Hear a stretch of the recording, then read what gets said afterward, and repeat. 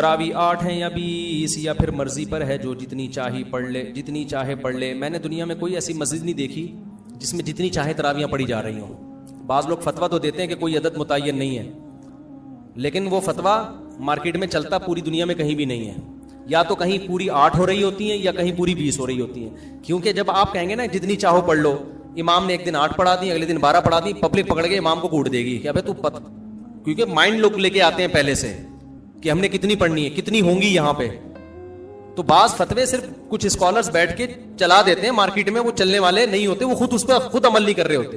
اہل حدیثوں کی مسجد میں جہاں بھی جائیں 8 ہی ہو رہی ہیں, حالانکہ وہ فتویٰ دیتے ہیں کہ جتنی چاہے پڑھ لو. لیکن پھر جتنی چاہے پڑھ لو تو پوری دنیا میں آپ 8 ہی کیوں پڑھ رہے ہو؟ پھر ان کو پتا ہے کہ بھائی اسپیسیفک جب تک کوئی عدد نہیں بتایا جائے گا اس وقت تک عوام کے لیے اس پر عمل کرنا ممکن نہیں ہوگا. اسی وجہ سے چاروں اماموں کا اجماع ہے جو تابعین تبع تابعین کے دور میں تھے کہ کم سے کم کتنی رکعتیں ہیں؟ 20. 3 امام کہتے ہیں 20 رکعتیں اور امام مالک کہتے ہیں 36 رکعتیں. تو اب یہ عدد متعین کیے بغیر چلنا ممکن نہیں ہے. تو چونکہ فقہا دین کو زیادہ سمجھتے ہیں نا, انہوں نے عدد متعین کیا ہے. اور ویسے بھی تراویح خلاف قیاس ہے.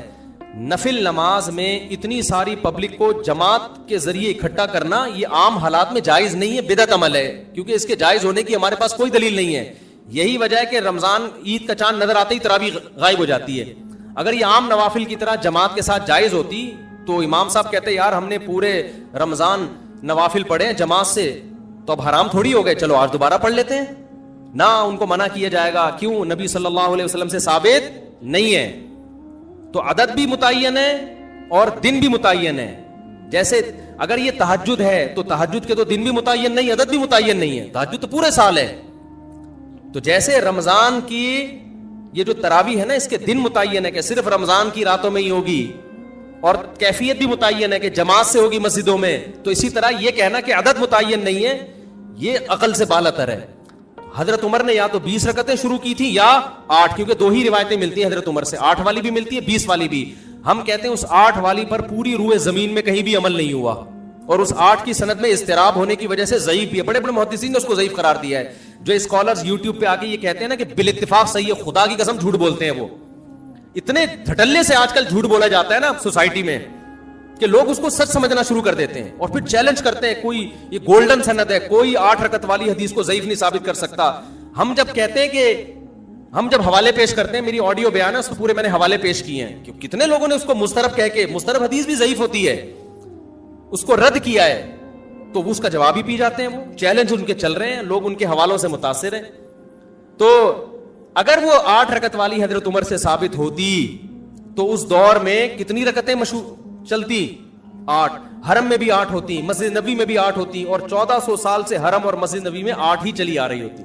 ابو حنیفہ بھی 8 کے قائل ہوتے, امام شافعی جیسے محدث اور مجتہد بھی 8 کے قائل ہوتے, امام احمد جو امام بخاری کے استاذ ہیں وہ بھی 8 کے قائل ہوتے, امام مالک بھی 8 کے قائل ہوتے, اور عبداللہ بن مسعود بھی 8 پڑھ رہے ہوتے, اور عثمان بن عفان بھی 8 پڑھ رہے ہوتے. ہم کہتے ہیں کہیں کوئی ضعیف روایت بھی نہیں ملتی کہ عثمان بن عفان کے دور میں 8 ہوئی, حضرت علی کے دور میں 8. 20 والی تو بہت ساری ملتی ہے ہمیں.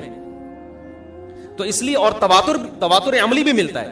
150-200 سال پہلے فقہا بیان کرتے ہیں کہ پوری روئے زمین پر ہمیں کوئی بھی مسجد نظر نہیں آتی, ٹریولنگ ہوتی تھی نا اس زمانے میں بھی, کہ کہیں بھی ہمیں 20 رکعت سے کم 1 رکعت مل رہی ہو. اور ویسے بھی ایک بات ہے, محدثین نے اس نماز کو تراویح کا نام دیا ہے. یہ بہت اچھی طرح سمجھو, یہ ہم نے نام نہیں دیا کہ علماء دیوبند یا حنفی یا شافی لوگوں نے. اس نماز کو تراویح کا نام کس نے دیا؟ بولو. محدثین نے. اس پہ باب جو باندھا جاتا ہے نا تراویح کا, یہ میں اور آپ نہیں, کون؟ محدثین. اب تراویح کا جو لفظ ہے نا وہ 8 رکعتوں پہ فٹ ہی نہیں بیٹھتا ہے, کیونکہ امام بہقی حدیث لے کر آئے ہیں, روایت لے کر آئے ہیں.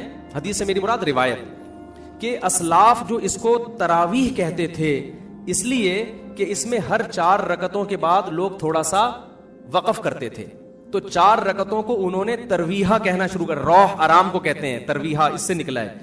4 رکعتوں کے بعد کیا کرتے تھے؟ آرام. تو اس لیے ہر 4 رکعت کے بعد ہر 4 رکعت کو ایک ترویحہ. تو اب محدثین نے اس کو نام کیا دے دیا؟ تراویح. فقہا اور محدثین نے. تو اس کی وجہ محدثین بیان کرتے ہیں کہ تراویح کا نام اس لیے دیا گیا کہ ہر 4 رکعتوں کے بعد تھوڑا ریسٹ کیا جا رہا ہے. اب مجھے بتاؤ, یہ جو عربی لغت میں نا ایک ترویحہ 4 رکعت اور تراویح جمع اقصا ہے, عربی میں جمع کے لیے کم سے کم 3 فرد ہونا ضروری ہے. جیسے رجل ایک آدمی, بھائی چل رہی ہے ریکارڈنگ, رجل ایک آدمی, رجلانی 2 آدمی, رجال 2 سے زیادہ. تو تراویح 2 ترویحوں سے زیادہ, 2 ترویحیں بنتے ہیں 8 رکعتیں, اور تراویح بنتی 8 سے زیادہ. کتنی زیادہ, یہ اس میں سب آ سکتا ہے. تو 8 رکعتوں پہ تو تراویح کا لفظ فٹ ہی نہیں بیٹھتا, تو محدثین اس کو تراویح کیسے کہیں گے, اور تراویح کے بعد کیوں باندھیں گے؟ اس زمانے میں اگر 8 رکعتیں ہو رہی ہوتی محدثین کے دور میں تو اس کو ترویحتین کہا کہتے نا, وہ تراویح سے تعبیر نہ کرتے. سمجھتے ہو کہ نہیں سمجھتے؟ اور تراویح ہے بھی جمع اقصا. جمع اقصا کا مطلب عربی میں 2 قسم کی جمع ہوتی ہے, ایک جمع قلت اور ایک جمع کثرت. افعل, افعال, فعلت, افعلت, یہ 4 وزن جمع قلت کے ہیں 3 سے لے کے 9 تک. اور جمع اقصا کہتے ہیں جیسے مساجد, یہ جمع اقصا ہے, بہت ساری مسجدیں, اور بہت سارے سے ملتے جلتے الفاظ ہیں, مفاعل یا فعائل کے وزن پر. تو تراویح بھی یہ فعائل, تفاعل اس طرح کا وزن بنتا ہے. یعنی جمع اقصا کا مطلب ہوتا ہے جس میں جو فعائل کا وزن بن رہا ہو, فواعل کا وزن بن رہا ہو. اب یہ صرف کی باتیں نا ہر آدمی کو کھوپڑی میں نہیں آئیں گی. آج کل کے جو اسکالرز آ رہے ہیں ان کو تو ویسے ہی کھوپڑی میں نہیں آئیں گی, کیونکہ ان کو صرف نحو کا الف بے بھی نہیں پتا ہے, عربی گرامر جانتے ہی نہیں ہے, اردو کتابیں پڑھ پڑھ کے پھینک رہے ہوتے ہیں بیٹھ کے. تو تراویح ترویحہ کی جمع اقصا ہے, ترویحہ تفعیلہ اور تراویح تفاعیل. تو تفاعیل کا وزن جمع اقصا کا وزن ہے. یہ جمع کثرت پہ دلالت کرتا ہے. محدثین نے صدیوں پہلے اس نماز کو تراویح کہا, جس سے پتہ چل رہا ہے 1 ترویحہ نہیں ہے, 2 ترویحیں نہیں ہیں, 3 بھی نہیں ہیں, 3 سے زیادہ ہیں, کثیر ترویحیں ہیں, کثیر ترویحیں ہیں. جب کثیر ترویحیں ہیں تو وہ 8 اور 12 رکعتیں بھی نہیں ہیں, زیادہ ہیں وہ. تو جو حضرات اپنی مسجدوں میں 8 رکعت تراویح پڑھتے ہیں تو بھائی آپ اس کو تراویح کی نماز ہی نہ بولو, ترویحتین بولو. اچھا انہوں نے بھی یہ کام کرنا شروع کر دیا, اب اس کو تراویح بولنا چھوڑ کے صلاۃ اللیل بولنا شروع کر دیا ہے کہ ہم صلاۃ اللیل بولیں گے, تراویح بولیں گے ہی نہیں اس کو. یہ آپ ایک اور مصیبت میں پھنس جاؤ گے. آپ ایک ٹینشن سے تو بچنا چاہ رہے ہو, لیکن آپ ایک دوسری ٹینشن میں پھنس جاؤ گے. وہ ٹینشن یہ ہے کہ محدثین کے دور میں یہ صلاۃ اللیل وہ ہے تو صلاۃ اللیل ہی, وتر بھی صلاۃ اللیل ہے, تہجد بھی, ہر نماز جو رات کو پڑھی جائے وہ صلاۃ اللیل ہے. لیکن محدثین نے, یہ میں نے نہیں, ٹھیک ہے نا, محدثین اور فقہا نے اس کو الگ نام اس لیے دیا تھا یہ بتانے کے لیے کہ یہ صلاۃ اللیل عام صلاۃ اللیل جیسی نہیں ہے, اس کے کچھ احکام دوسری نمازوں سے ڈفرینٹ ہے. اس میں بڑی جماعت ہوگی, ایک امام کے پیچھے لوگ پڑھیں گے, اور عشاء کے بعد پڑھی جائے گی یہ. جبکہ صلاۃ اللیل کب پڑھی جاتی ہے, جو تہجد جس کو آپ صلاۃ اللیل, وہ رات کے آخری حصے میں.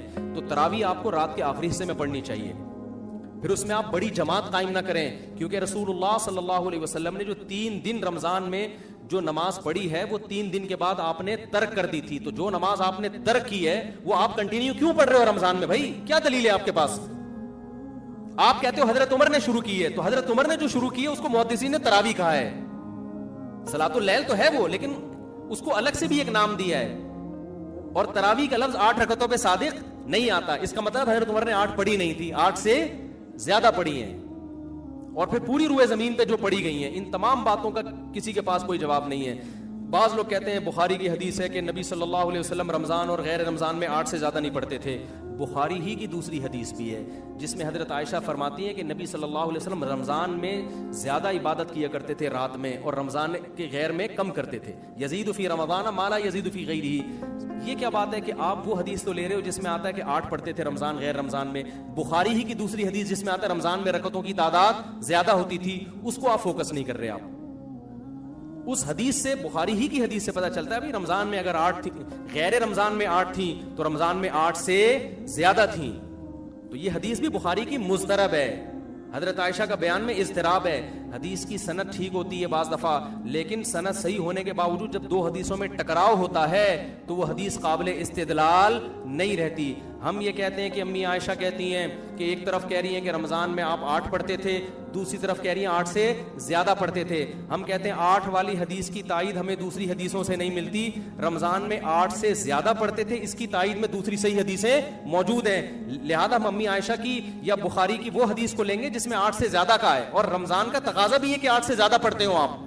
تو حرمین کا تواتر دیکھ لو صدیوں سے, پوری امت کا تواتر دیکھ لو, وہ سارا آپ نے ایک طرف رکھ دیا اور 8 کو پکڑ کے آپ بیٹھ گئے, جس پہ تراویح کا لفظ ہی فٹ نہیں بیٹھتا. اور آخری بات یہ, بعض لوگ کہتے ہیں امام احمد بن حنبل نے ترمذی میں نقل کیا ہے کہ تراویح کی کوئی تعداد متعین نہیں ہے. ترمذی میں امام احمد بن حنبل کا قول امام ترمذی نے نقل کیا ہے, لیکن یاد رکھو امام ترمذی کے جو اپنے شاگردوں کی کتابیں ہیں نا, جو فقہ میں ان کے شاگرد ہیں, اس میں امام احمد بن حنبل نے 20 رکعت کو ترجیح دی ہے. لہذا کوئی اس حوالے سے آپ کو دھوکہ نہ دے.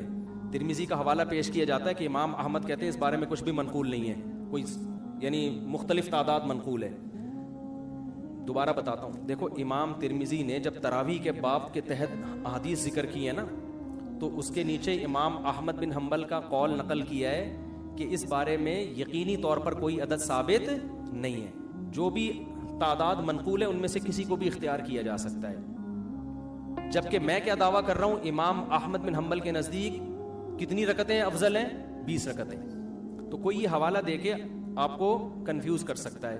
تو خوب سمجھ لیں, جب کسی مجتہد سے دو مختلف قول منقول ہوتے ہیں, ایک قول ان لوگوں سے جو فقہ میں ان کے شاگرد ہیں اور ایک قول جو حدیث میں شاگرد ہیں, تو مسائل میں اس قول کو ترجیح ہوتی ہے جو فقہ میں ان کے شاگرد, کیونکہ وہ قانون بیان کر رہے ہیں. امام احمد بن حنبل کی جو فقہ کی کتابیں ہیں جس میں امام احمد بن حنبل کا فتویٰ نقل کیا گیا ہے, جو ان کے جتنے شاگرد ہیں جس کو فقہ حنبلی کہا جاتا ہے, وہ سب اس پر متفق ہیں کہ امام احمد بن حنبل کے نزدیک کتنی رکعتیں ہیں؟ 20 رکعتیں ہیں. تو وہ زیادہ اس ترجیح ہے. دوسری بات یہ کہ امام ترمذی نے جو امام احمد بن حنبل کا قول نقل کیا کہ ان کی نظر میں کوئی تعداد متعین نہیں ہے, اس سے بھی 8 پھر بھی مراد نہیں ہے, کیونکہ امام ترمذی نے جو روایت پیش کی 16 رکعتوں والی, 20 رکعتوں والی اور 20 سے بھی زیادہ رکعتوں والی, تو وہ ان میں ترجیح دے رہے ہیں کہ یہ سب ثابت ہے. 8 کی امام ترمذی نے کوئی حدیث نقل کی نہیں ہے, تو 8 تو پھر بھی امام احمد بن حنبل کے 8 کا تو امام احمد بن حنبل تذکرہ ہی نہیں کر رہے ہیں. نہیں آ رہی بات میرا خیال ہے. تو یہ ایک خالصتاً علمی ٹاپک ہے. میرا اس پر ایک آڈیو بیان موجود ہے تراویح, پوری سندیں پڑھ کے میں نے اس کی تحقیق کی ہے. اور یہ بھی یاد رکھو, آج کل بعض اسکالرز گڑبڑ یہ کرتے ہیں, یہ بہت ہو رہا ہے یوٹیوب پہ, یہ منجن بہت بک رہا ہے. ایک حدیث ہوگی, بیان کرنے والا بھی صحابی ایک, اس سے بھی نقل کرنے والا ایک, وہ حدیث مختلف کتابوں میں ہے. تو پتہ ہے کیا کہتے ہیں, 6 حدیثیں اس بارے میں کتنی حدیثیں ہیں؟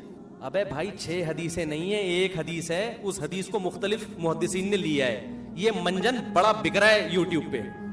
پھر وہ حوالے دیتے ہیں, بخاری میں بھی حدیث نمبر فلاں فلاں فلاں, اس میں بھی یہ ہے, مسلم میں حدیث نمبر فلاں فلاں فلاں, مشکات میں حدیث. حالانکہ مشکات میں تو حوالہ دینے کی ضرورت ہی نہیں ہے, کیونکہ مشکات تو بخاری سے لے رہی ہے.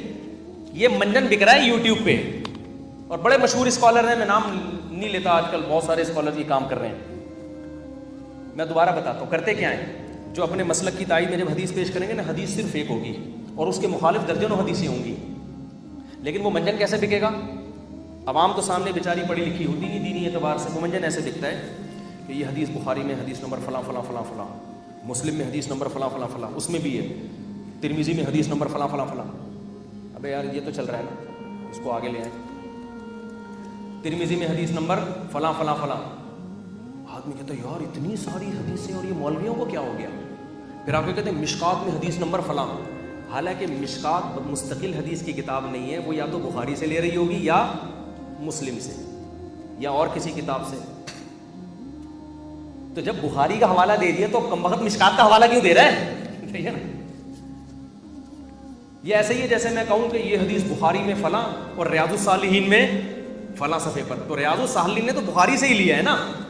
یہ منجن بک رہے ہیں, اور حدیث صرف ایک ہی ہے, وہ نقل کرنے تو وہ درجنوں حدیثیں نہیں کہلائیں گی, وہ ایک حدیث کہلائے گی. زیادہ حدیثیں جب کہلائیں گی کہ کم سے کم ایک سے زیادہ صحابی اس کو نقل کر رہے ہوں, یا کم از کم صحابی کے تو 2-4 شاگرد نقل کر رہے ہو نا. تو یہ منجن آج کل بک رہا ہے, لوگ بھرم میں آتے ہیں. میں نے جب تراویح پر بیان ریکارڈ کروایا نا, آڈیو بیان ہے, پوری سندیں پڑھ کے, اس میں ایک صاحب نے دعویٰ کیا تھا کہ 8 رکعت تراویح پہ 8 حدیثیں ہیں. حالانکہ 2 حدیثوں کو کیا بنا کے پیش کر دیا تھا, ایک بخاری والی حدیث جس میں آتا ہے کہ نبی رمضان غیر رمضان میں 8 پڑھتے تھے, جس کا تراویح سے تعلق ہی نہیں ہے. دوسری حدیث حضرت عمر سے, وہ بھی ایک ہی حدیث تھی, اس کو گھما کے کتنے 7 حدیثیں بنا کے پیش کی ہے. تو یہ منجن مارکیٹ میں بک رہے ہیں, ملتے جلتے ناموں سے دھوکہ نہ کھائیں.